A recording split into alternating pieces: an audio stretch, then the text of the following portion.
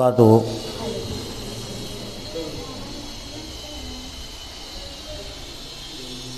اعوذ باللہ من الشیطان الرجیم، بسم اللہ الرحمن الرحیم۔ واتقوا النار التي أعدت للكافرين وأطيعوا الله والرسول لعلكم ترحمون وسارعوا إلى مغفرة من ربكم وجنة عرضها السماوات والأرض أعدت للمتقين الذين ينفقون في السراء والضراء والكاظمين الغيظ والعافين عن الناس واللہ يحب المحسنین والذین اذا فعلوا فاحشة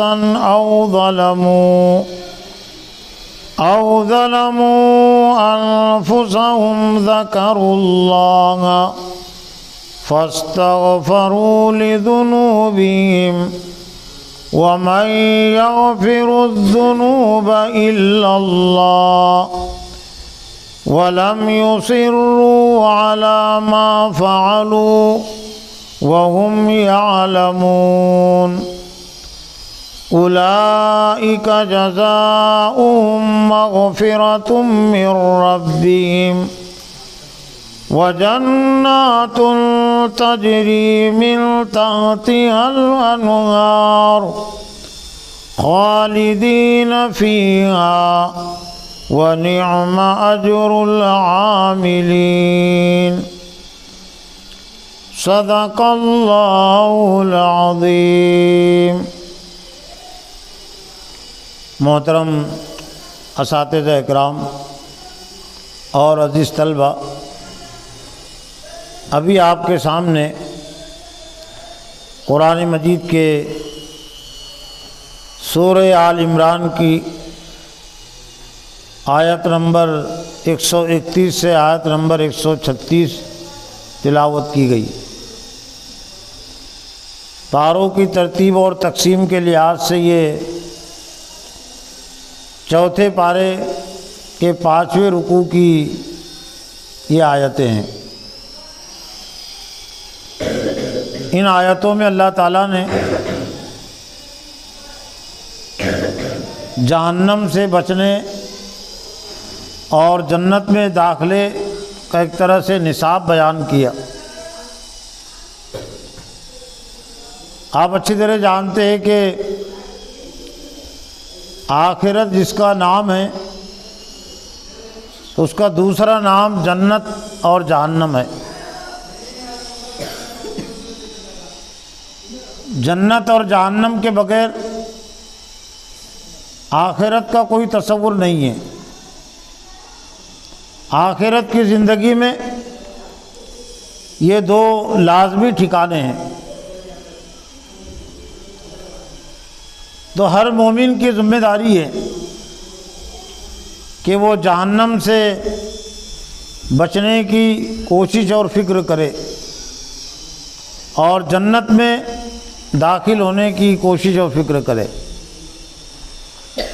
لیکن جنت سے جہنم سے کوئی ایسے نہیں بچے گا۔ جہنم سے بچنے کے کچھ اعمال اللہ تعالیٰ نے رکھے ہیں اور جنت میں بھی کوئی ایسے ہی داخل نہیں ہوگا۔ جنت میں داخلے کے بھی کچھ اعمال ہیں۔ تو ان آیتوں کے شروع میں ایک آیت تو جہنم سے بچنے کے متعلق ہے، لیکن زیادہ تر جو آیتیں ہیں تقریباً 5 آیتیں وہ جہنم یہ جنت میں داخلے کی آیتیں، جنت میں جو اعمال لے جانے والے ہیں۔ وَاتَّقُوا النَّارَ الَّتِي أُعِدَّتْ لِلْكَافِرِينَ، جہاں سے آج کے درس کا آغاز ہوا ہے تو پہلی آیت ہے، اور بچو اور ڈرو اس آگ سے جو کافروں کے لیے، نافرمانوں کے لیے تیار کی گئی ہے۔ ڈرو اور بچو کا مطلب یہ ہے کہ ان کاموں کو اختیار مت کرو جو جہنم میں لے جانے والے ہیں۔ جہنم میں جو اعمال لے جانے والے ہیں ان میں سب سے اول نمبر پر ہے کفر اور شرک، اور پھر بڑے گناہوں میں سے تکبر۔ اللہ اور اس کے رسول نے جن کاموں سے منع کیا ہے، اگر کوئی ان کاموں کو کرتا ہے تو گویا کہ وہ جہنم میں جانے کا راستہ اختیار کرتا ہے۔ تو گویا کہ ہر وہ کام سے بچو جو تمہیں جہنم میں لے جانے کا باعث ہے۔ اس سے ایک بات یہ واضح ہوتی ہے کہ جہنم سے بچنے کا جو تعلق ہے وہ ہمارے عمل سے، ہم کو اللہ تعالیٰ نے حکم دیا ہے کہ بچو، گویا کہ جہنم سے بچنے کی تدبیر اور کوشش ہمارے لیے ضروری ہے۔ بغیر کوشش کے، بغیر تدبیر کے کوئی جہنم کی آگ سے نہیں بچ سکتا۔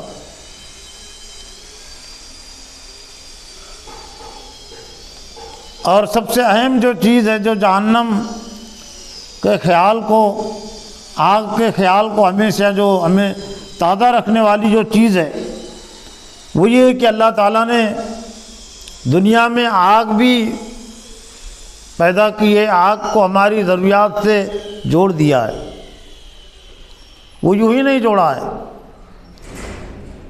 حالانکہ دنیا کی جو آگ ہے وہ جہنم کی آگ سے 69 درجے کم ہے۔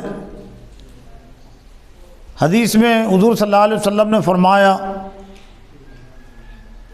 نارکم، تمہاری جو آگ ہے، یہ جزء من 70 من ناری جہنم،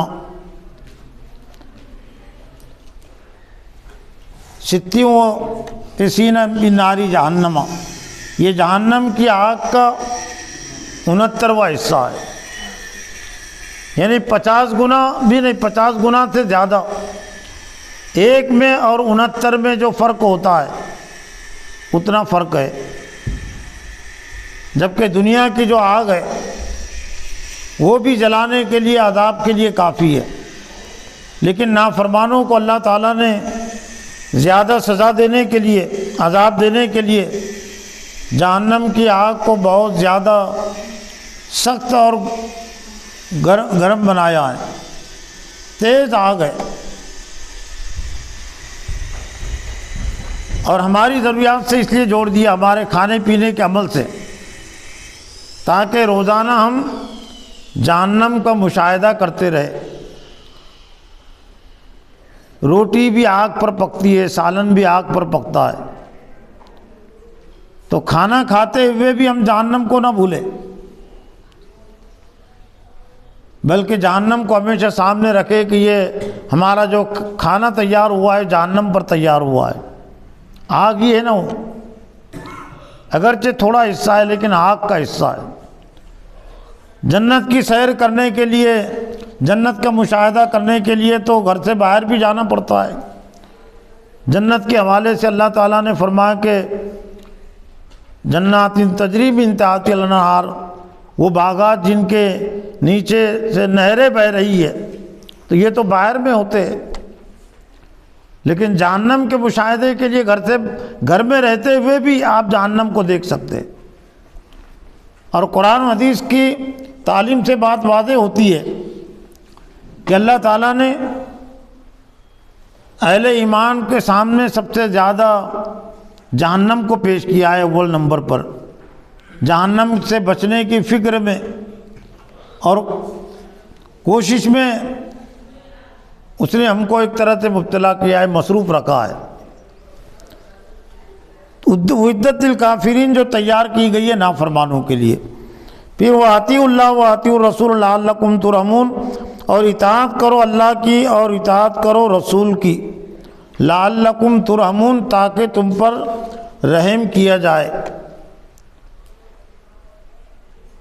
ہم جو دعائیں مانگتے ہیں ان میں سے ایک دعا یہ بھی ہے، اور ارحمنا، اے اللہ تعالی اللہم ارحمنا، اللہ ہم پر رحم فرما۔ لیکن اللہ تعالیٰ نے اپنی رحمت کو مشروط کر دیا ہے اطیعوا اللہ و اطیعوا الرسول کے ساتھ۔ اللہ اور اس کے رسول کی اگر اطاعت ہے زندگی میں، تب اللہ کے رحمت کے ہم مستحق ٹھہر سکتے ہیں، اور اللہ کی اطاعت، اللہ اور اس کے رسول کی اطاعت نہیں ہے تو پھر اللہ کی رحمت ہمیں حاصل نہیں ہو سکتی ہے۔ وَسَارِعُوا إِلَىٰ مَغْفِرَةٍ مِّن رَبِّكُمْ،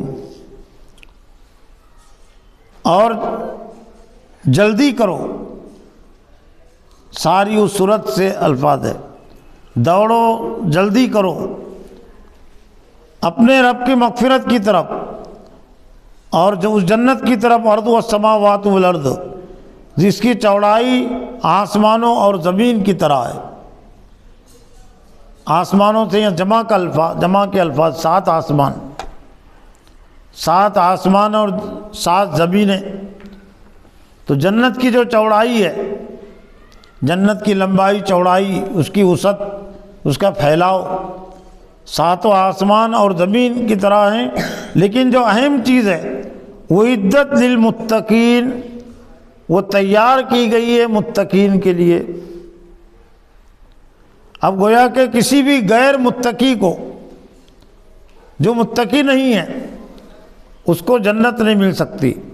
متقی میں، تقوی میں بنیادی طور سے 2 اہم چیزیں ہیں، اللہ اور اس کے رسول کی اطاعت، جس کا تذکرہ اس سے پہلے آیا ہے، اور اللہ اور اس کے رسول کی نافرمانی سے بچنا، یعنی معروف پر، بھلائی پر قائم رہنا اور منکر سے بچنا، نافرمانی سے بچنا، یہ متقی بننے کے لیے ضروری ہے۔ تو جو تیار کی گئی متقین کے لیے، مسلمین کی بھی بات کہی جا سکتی تھی، وعدت للمسلمین وعدت للمؤمنین، لیکن تقوی ایمان سے بھی آگے کی چیز ہے، اسی لیے اللہ تعالیٰ نے ایمان والوں کو تقوی کا حکم دیا ہے۔ یا ایھا الذین آمنوا اتقوا اللہ حق تقاتہ۔ اگر صرف جنت میں داخلے کے لیے اگر ایمان کافی ہوتا تو پھر ایمان والوں کو تقوی کا حکم نہیں ہوتا نا۔ لیکن تقوی کا حکم بہت زیادہ جگہوں پر ہے، نماز سے بھی زیادہ، روزے سے بھی زیادہ، زکوٰۃ سے بھی زیادہ، ہر جگہ تقوی کا حکم ہے۔ اور اس لیے تقوی کا حکم ہے کہ تقوی ہر وقت کے لیے، نماز تو اس کا وقت جب آئے گا تب نماز فرض ہوگی،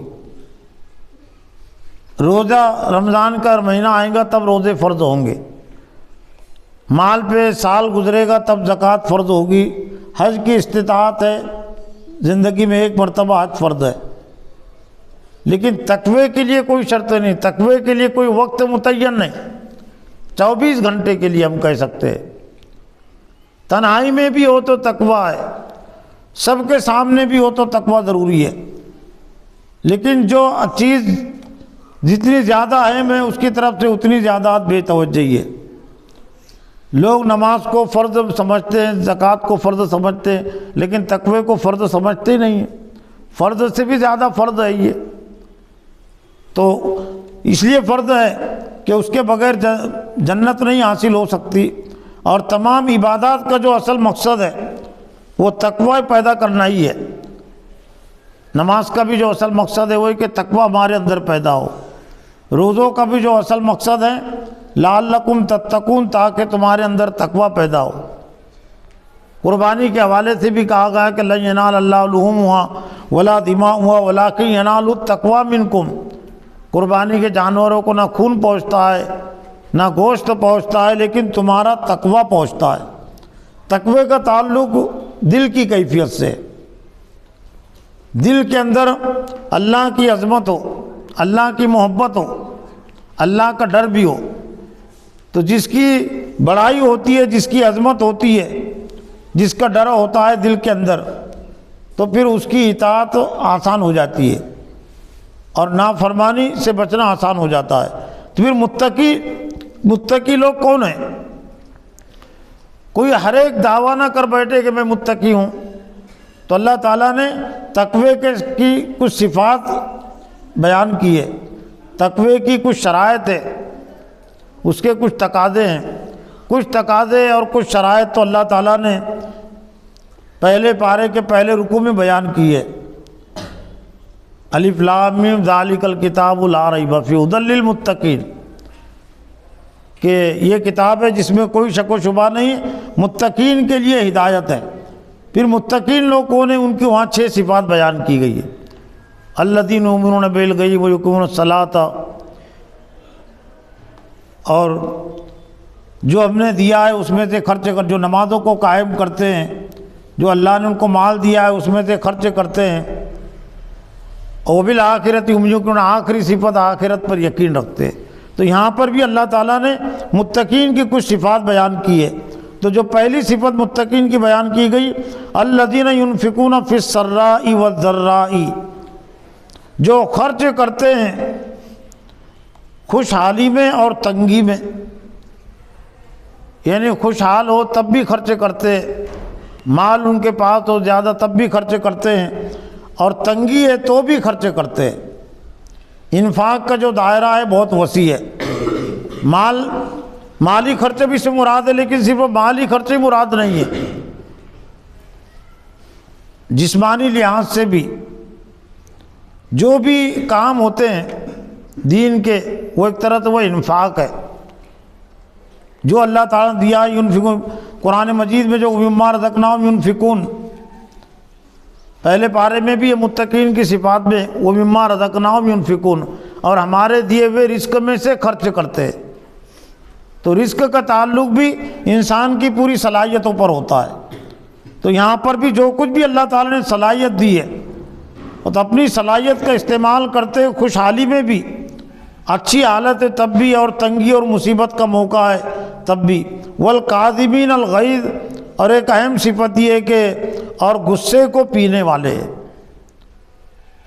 متقین کی صفات میں غصے کو پینے کو لازمی صفت کے طور پر اس لیے رکھا گیا کہ کوئی غصے کے ساتھ متقی نہیں بن سکتا، غصے کے اظہار کے ساتھ کوئی متقی نہیں بن سکتا، اس لیے کہ غصہ شیطان کی طرف سے ہوتا ہے،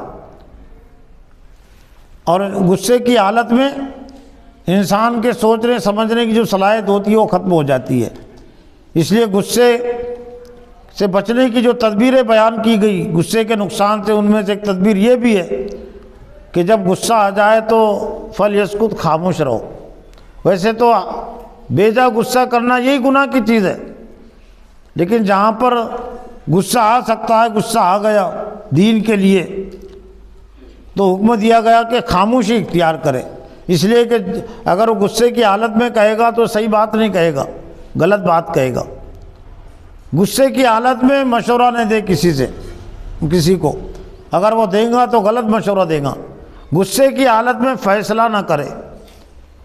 قاضی کے لیے، منصف کے لیے جو دینی اور ایمانی لحاظ سے جو شرائط رکھی گئی ہے، ان میں سے ایک یہ بھی ہے کہ غصے کی حالت میں فیصلہ کرنا ممنوع ہے، کہ وہ صحیح فیصلہ نہیں کرے گا، جانبداری سے فیصلہ کرے گا۔ لیکن آج زیادہ تر جو لوگوں کی باتیں ہوتی ہیں غصے کی حالت میں ہوتی ہے، جبکہ غصے کی حالت میں خاموشی کا رہنے کا حکم ہے۔ غصے کی حالت میں بہت سارے لوگ فیصلہ کرتے ہیں۔ تو والکاظمین الغیظ، اور غصے کو پینے والے ہیں۔ ایک تدبیر یہ بھی بتلائی گئی غصے کو پینے کی، کھڑا ہوا ہے کوئی تو وہ بیٹھ جائے، بیٹھنے کے بعد بھی اگر غصہ نہ جائے تو لیٹ جائے۔ یہ کیوں؟ اس لیے کہ شیطان اس سے بہت غلط کام کرواتا ہے۔ کچھ کام کرنے کے لیے کھڑا ہونا پڑتا ہے نا، اب اگر بٹھا دیا گیا تو اس کی آدھی طاقت کم ہو گئی، بیٹھے بیٹھے بہت زیادہ نہیں کر سکتا، اور اگر لٹا دیا گیا تو اور بھی کم ہو گئی طاقت اور قوت۔ اسلام یہ چاہتا ہے کہ شیطان جو حاوی ہو جاتا ہے تو شیطان اس سے غلط کام نہ کروائے، لیکن آج معاشرے کا اگر جائزہ لیا جائے تو معاملہ الٹا ہے۔ لیٹا ہوا تھا، غصہ آ گیا تو بیٹھ جاتا ہے، اور بیٹھا ہوا ہے تو غصے کی حالت میں کھڑے ہو جاتا ہے، اور اگر کھڑا ہوا ہے تو پھر وہ دوڑنے لگ جاتا ہے، بھاگنے۔ تو یہ ایک طرح سے شیطان کی مدد کرنا ہے، شیطان کے نقش قدم پر چلنا ہے۔ وَلَا تَتَّبِعُوا خُطُوَاتِ الشَّيْطَان، جبکہ منع کیا گیا کہ شیطان کے نقش قدم پر مت چلو۔ تو جو تدبیریں بتلائی گئی غصے کو پینے کی، اگر ان تدبیر کو اختیار کرے تو غصے کے نقصانات سے ہر انسان، ہر مومن بچ سکتا ہے۔ والقادمین الغیظ، غصے کو پینے والے ہیں۔ والعافین عن الناس، اور لوگوں سے درگزر کرنے، لوگوں درگزر کرنے والے۔ لوگوں نے بدسلوکی کی ہے، تکلیف دینے والی بات کہی ہے تو لوگوں کو درگزر کر دیتے ہیں، معاف کر دیتے ہیں۔ واللہ یحب المحسنین، اور اللہ تعالیٰ محبت کرتا ہے احسان کرنے والوں سے۔ اس آیت کی تفسیر میں ایک واقعہ لکھا ہے مفسرین نے، حضرت حسن رضی اللہ تعالیٰ عنہ کے حوالے سے، کہ کھانا کھا رہے تھے تو جو ایک باندی تھی ان کی ملازمہ جو کھانا دینے پر مامور تھی، اس نے کھانا دینے کی کوشش کی، کھانا قریب لایا تو سالن حضرت حسن رضی اللہ تعالیٰ عنہ کے کپڑوں پر، جسموں پر گر گیا۔ تب ظاہر بات ہے کہ سالن ایک تو گرم ہی ہوتا ہے، لیکن ان کی جو باندیاں ہوتی تھی، ملازمہ جو ہوتی تھی، وہ بھی قرآن کا علم رکھتی تھی، قرآن کی آیتیں ان کو بھی یاد رہتی تھی، اس لیے کہ گھروں میں تعلیم و تربیت کا ماحول ہوتا تھا۔ صحابہ کرام باندیوں کو بھی دین کی تعلیم دیتے تھے تاکہ وہ بھی جہنم سے بچے اور جنت کا راستہ اختیار کرے۔ تو ان کی باندی نے یہی آیت پڑھ دی اس موقع پر کہ والقاذبین الغیظ والعافین عن الناس واللہ یحب المحسنین۔ تو حضرت حسن رضی اللہ تعالیٰ عنہ نے اس کے جواب میں کہا کہ ہاں جا، میں نے تجھے معاف کر دیا، میں نے غصے کو پی لیا۔ پہلی جو صفت ہے غصے کو پینے کی ہے، میں نے غصے کو پی لیا اور میں نے تجھے معاف کر دیا۔ لیکن یہ بھی نہ، واللہ یحب المحسنین، اللہ تعالیٰ احسان کرنے والوں سے، بھلائی کرنے والوں سے محبت کرتا ہے، تو جا میں نے تجھے آزاد کر دیا۔ تو آزاد کر دینا باندی کو، غلام کو بڑا احسان ہوتا تھا اس کے ساتھ، ورنہ قیمتیں لے کر ویسے نہیں چھوڑتے تھے لوگ، یعنی ان کی تجارت ہوتی تھی، روپیے پیسے لے کر ان کو بیچا جاتا تھا۔ اس سے ہم اندازہ لگا سکتے ہیں کہ جو صحابہ اکرام تھے اور صحابہ اکرام کے جو تربیت یافتہ تھے وہ قرآن مجید پر کیسے عمل کرتے تھے۔ جب بھی ان کو نصیحت کی جائے، چاہے کوئی باندی نصیحت کرے، غلام نصیحت کرے، تو اس کو کیسے وہ سنتے تھے، قبول کرتے تھے۔ وَإِذَا فَعَلُوا فَاحِشَةً أَوْ ظَلَمُوا أَنفُسَهُمْ ذَكَرُوا اللَّهَ۔ پھر متقین کی صفات کے حوالے سے جو بات کہی گئی کہ جب ان سے کوئی فحش کام، بیجا کام، بے حیائی کا کام ان سے ہو جاتا ہے، أَوْ ظَلَمُوا أَنفُسَهُمْ، یہ اپنے آپ پر وہ ظلم کر بیٹھتے۔ ظلم کرنے سے مراد ہے نافرمانی، گناہ کا کام۔ ان الشرک لظلم عظیم، شرک سب سے بڑا ظلم ہے۔ نافرمانی کی بہت ساری قسمیں ہیں، لیکن سب سے بڑا جو ظلم ہے، سب سے بڑی جو نافرمانی ہے وہ شرک۔ تو جب ان سے کوئی برا کام سرزد ہو جاتا ہے، ذکر اللہ، تو اللہ کو یاد کرتے، یعنی وہ غفلت کی حالت میں نہیں رہتے، ہمیشہ فوراً اللہ تعالیٰ کو یاد کر لیتے ہیں۔ فاستغفروا لذنوبہم، اور اپنے گناہوں کی مغفرت چاہتے۔ گناہ ان سے سرزد ہو گیا تو ایک تو فوراً اللہ کو یاد کر لیتے ہیں، اور دوسرے اللہ سے گناہوں کی مغفرت چاہتے ہیں۔ وَمَن يَغْفِرُ الذُّنُوبَ إِلَّا اللَّهُ، اور اللہ کے علاوہ اور کون ہے جو اللہ کے علاوہ گناہوں کو معاف کرے مگر اللہ۔ وَمَن يَغْفِرُ الذُّنُوبَ إِلَّا اللَّهُ، اللہ کے علاوہ کوئی گناہوں کو معاف نہیں کرتا، گویا کہ اللہ سے گناہوں کی معافی چاہتے ہیں۔ ولم یصروا علی ما فعلوا، اور جو کچھ انہوں نے کیا ہے اس پر اصرار نہیں کرتے، یعنی گویا کہ غلطی پر گناہ پر نادم ہوتے، اس پر ہٹ دھرم نہیں ہوتے۔ غلطی اور گناہ پر قائم رہنا اور بیجا تعویلیں پیش کرنا یہ ابلیس کا شیوا ہے، شیطان کا شیوا ہے۔ غلطی حضرت آدم علیہ السلام سے بھی ہوئی تھی، حضرت حوا سے، اور غلطی ابلیس نے بھی کیا تھا، لیکن دونوں میں فرق کیا ہے؟ جب اللہ تعالیٰ نے حضرت آدم علیہ السلام اور حضرت حوا سے کہا کہ کیا میں نے منع نہیں کیا تھا یہ درخت کے قریب جانے سے، اس سے کھانے سے، تو حضرت آدم اور حضرت حوا نے کوئی تعویل نہیں پیش کی۔ ربنا ظلمنا انفسنا وان لم تغفر لنا وترحمنا لنکونن من الخاسرین، اے ہمارا ہم نے اپنے آپ پر ظلم کیا، یعنی کھلے طور سے انہوں نے اعتراف کر لیا، اور اگر تو نے ہم کو معاف نہیں کیا تو ہم خسارہ اٹھانے والوں میں سے ہو جائیں گے۔ اور جب اللہ نے ابلیس سے پوچھا کہ تو نے نافرمان، تو نے سجدہ کیوں نہیں کیا، تو اس کا جو جواب ہے قرآن مجید میں کہ خلقتنی من نار و خلقتہ من طین، کہ تو نے مجھ کو آگ سے پیدا کیا اور اس کو مٹی سے پیدا کیا، اس لیے میں سجدہ نہیں کر سکتا مٹی سے بنے ہوئے انسان کو۔ ابا واستکبر وکان من الکافرین، تکبر میں آ گئے، اپنے آپ کو بڑا سمجھ لیا اور اللہ کے حکم کا انکار کر دیا۔ یہ ابلیس میں اور حضرت آدم میں فرق۔ ہم چونکہ آدمی ہیں، ابلیس سے ہمارا تعلق نہیں ہے نا، ابلیس ہمارا دشمن ہے، تو دشمن کے ہر کام سے ہم کو نفرت ہونی چاہیے۔ غلطی اگر ہو جائے تو جس طرح سے حضرت آدم اور حضرت حوا نے اللہ سے مغفرت چاہی تو اللہ تعالیٰ نے معاف کر دیا، تو ایسے ہی اللہ تعالیٰ ہر مومن کو جو گناہ جن سے ہو جاتا ہے لیکن جو معافی چاہتے ہیں، گناہ پر قائم نہیں رہتے، تو اللہ تعالیٰ ان کو معاف کر دیتے۔ وَلَمْ يُصِرُّوا عَلَىٰ مَا فَعَلُوا، جو کچھ انہوں نے کیا اس پر اصرار نہیں کرتے۔ وَهُمْ يَعْلَمُونَ، اور وہ جانتے ہیں۔ پھر اللہ نے ان کے لیے مزید انعام سنایا، خوشخبری سنائی۔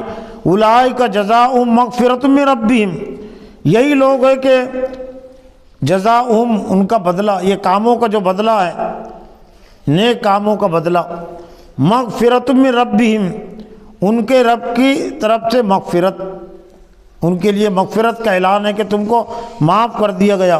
وہ جنات تجری من تحتہا الانہار، اور ایسے باغات، جنت کے معنی باغ کے، جنات باغات، کئی باغات دیے جائیں گے ایک ایک جنتی کو، اور ایسے باغات تجری من تحتہا الانہار جن کے نیچے نہریں بہہ رہی ہے، نیچے نہریں بہہ رہی، کس میں بڑی اہم مصلیت ہے جنتیوں کے انعام کے حوالے سے۔ درختوں کی سینچائی کے لیے پانی دینا پڑتا ہے نا، اب پانی اگر اوپر بہتے رہیں گا تو ذرا دقت پیدا ہوگی نا، لیکن نیچے سے پانی، آج کل بھی وہ پانی جو حکومت نے بھی جو ایک نظام قائم کیا ہے، کچھ کاشتکاروں نے پائپ ڈال کر درختوں کی جڑوں میں پانی دیا جاتا ہے نا، لیکن یہ تو بہت مختصر ہوتا ہے، وہاں تو نہریں بہہ رہیں گی، اوپر سے زمین خشک رہے گی تاکہ جنتیوں کو کوئی تکلیف نہ پہنچے، چلنے پھرنے کی کوئی تکلیف نہ پہنچے، لیکن ان کے نیچے درختوں کے نیچے سے نہریں بہہ رہی ہے پانی کی، درخت تو سیراب ہو رہے ہیں۔ جنات تجری من تحتہا الانہار، ایسے باغات کہ جن کے نیچے نہریں بہہ رہی ہے، خالدین فیہا، اور اس میں ہمیشہ رہیں گے۔